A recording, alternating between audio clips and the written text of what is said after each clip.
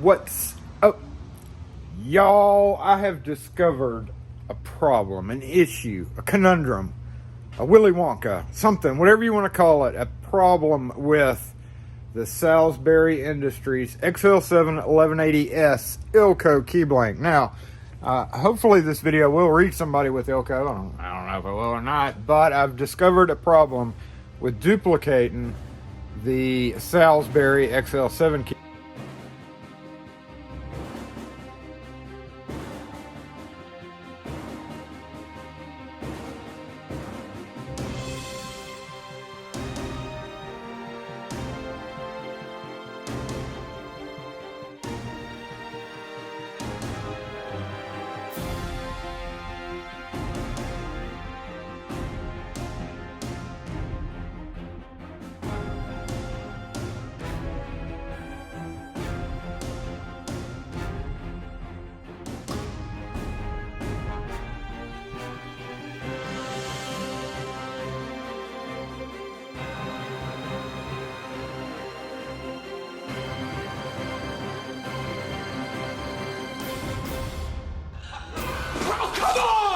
This is an original key. It just came back, and I did notice when I was making a copy that there was a little bit of an issue, but I thought I had cleared that issue up.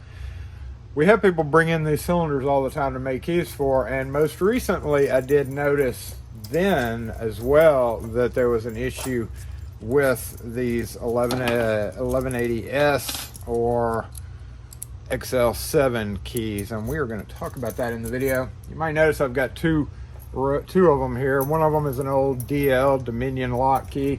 You notice it's longer, however the same problem exists, so that leads me to believe that this is not an issue with Ilco per se or Dominion lock, because it's been around forever. You would think at some point in time they would have discovered it. However, with this new breed of Salsbury locks that are coming in, I've been noticing it more and more, so I wanted to let y'all know, and then maybe they can get the problem corrected. In the meantime, I guess I'm going to have to order Salsbury keys directly from mailboxes.com, which is what we do. We order from them pretty often anyway, so no big deal. But you can see that this little guy is an original key blank. Customers, this is a blind code apparently, 21233. That matches that so that you can match keys to blocks. However, it's a blind code. Once we get it out, you can see that it's definitely not 21233. But the main problem comes with actually just the angle of the tip of the key, and that is a problem when people bring a key in and we make copies of them, because it throws everything out of alignment. So let's take a closer look at it. So here's the original key. Works just fine. And I'm going to go ahead and remove it and see it. It's definitely not 21233 either which way you go. Looks more like 243. Nope.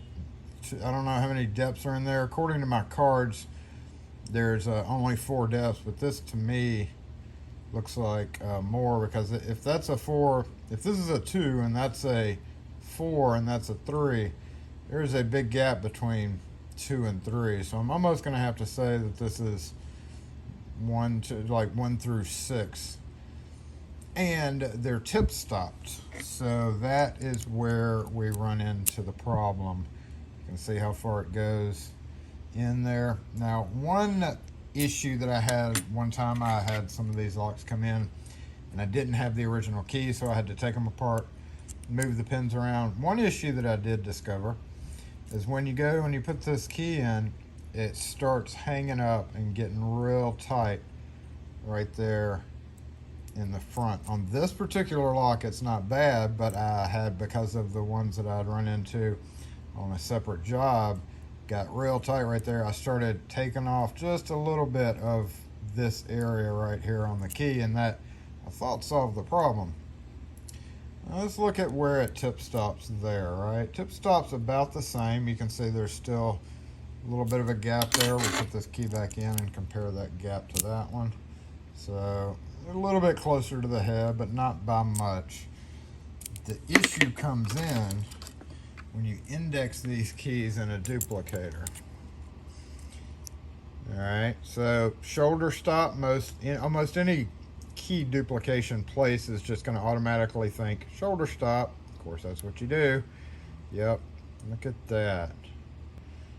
Okay. See how much further this sticks out? So if we shoulder stop this key and we copy it from here, what's going to happen is we're going to have, see how wide the cut is?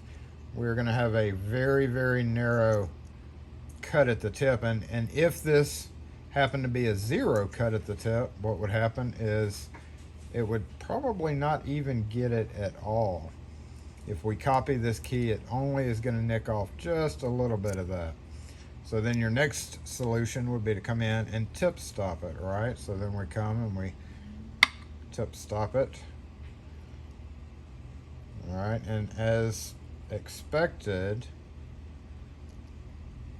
not even as expected, I take that back. Not expected, because it still does the same thing when you tip stop it. So at that point, if we hold up, see the angle? That's angle right there. Now if we hold it up angle to angle, right there, you can see how much is sticking off the tip. And that causes the problem, is because that much of it is sticking out. The key isn't allowed to go all the way in. It stops far out from where it is. So and then of course you'd have to cut the shoulder back.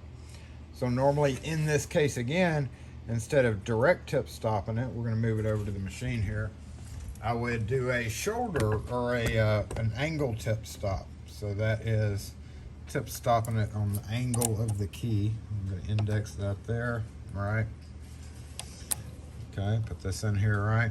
So if we were shoulder stopping it, we'd flip our shoulder stop down. Yep, just like that, and then bring that forward just like that. That's how you normally would cut the key or index the key. I'm actually going to move it back just a little bit, right there, just for the camera. Okay, and then come in and just move the camera up a little bit, and I can show you exactly what's going on with that.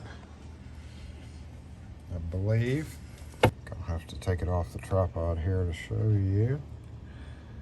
All right, okay. So over here,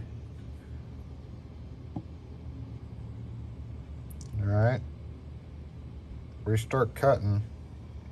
Look how much is gapped away from it. So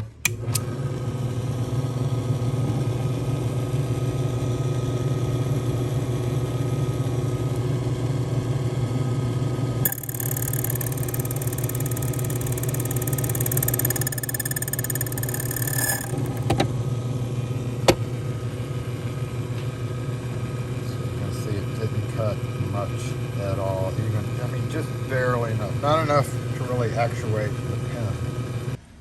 All right, so now what we would do is just naturally just move it forward a little bit more until the blade actually contacted it right there.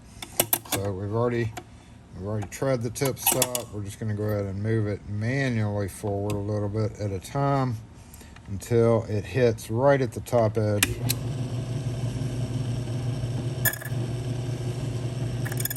We can see we get a little bit more of a cut. Still not quite far enough. So let's move it up just a little bit. Now you can see how ticky this is if you don't know. Beforehand, we're going to go ahead and reprofile that angle. And just check our cut. Yep, that's good, that's good. We'll go ahead and cut it the rest of the way. Because at this point, we have to take the back edge off. And remember, we gotta cut the shoulder down a little bit. Now this particular lock we don't have to, but here's how it's cutting that down. Yep, it's cutting that down for a reason. And also the actual head of the key has to be cut back to allow that to pass by. So this is just way too ticky for your average key duplicator to have to deal with. And then once we take it off, we have the problem of the tip still sticking out. So I'll show you exactly what's going on with it. We don't really even need to brush it per se. We should be good. But go try it, and still does not turn. Now let's go take this off at the grinder and see what happens.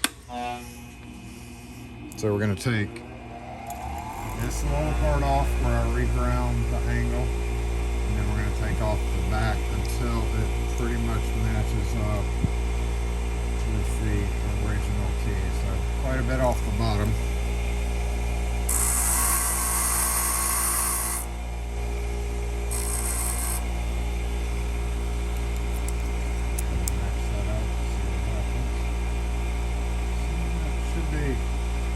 Just right. If it's not just right because of the tip stop situation, it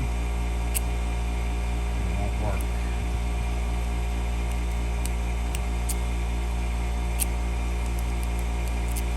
So looks like we got it right at the right spot. What I'm going to do with the remainder of these Ilco keys is, since I've got an OG, an original key here to go by, I'm going to go ahead and reprofile every key I've already got. That way when it comes time to make copies, we can just grab them off the shelf and don't have to worry about it at all.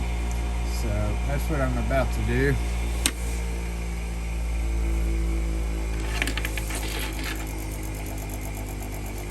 Just to show you the same problem. So this has to be an actual lock redesign, I guess you could call it.